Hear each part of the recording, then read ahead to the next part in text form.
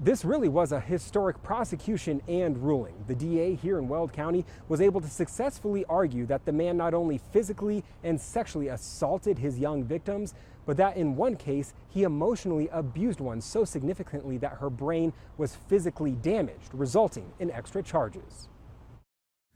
I'm a survivor, but I'm begging you not to make my sacrifice in vain.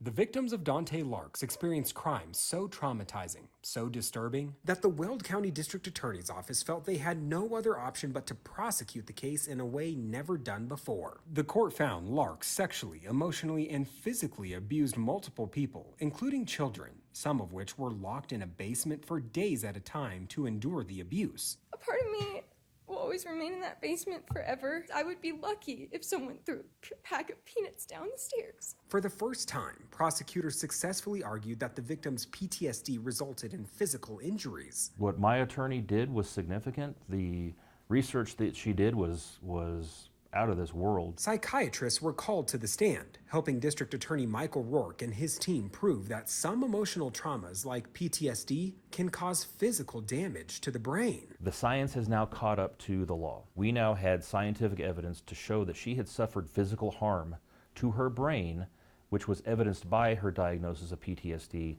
because of the abuse that she suffered at the hands of the defendant. I will suffer from a diagnosis of PTSD for the rest of my life. I still struggle with the sound of footsteps above me.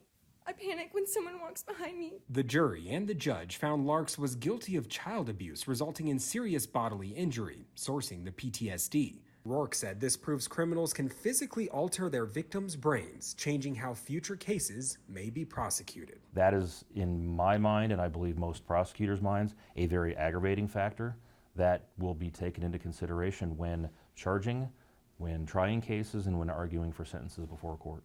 We should know, while the jury and the judge in this case determined that the PTSD qualified as physical trauma to the victim, the court made it very clear that not all cases of PTSD will qualify as physical trauma in future incidences. The convicted felon in this case, Dante Larks, was sentenced to 122 years to life behind bars. Reporting in Weld County, Dillon Thomas, covering Colorado First.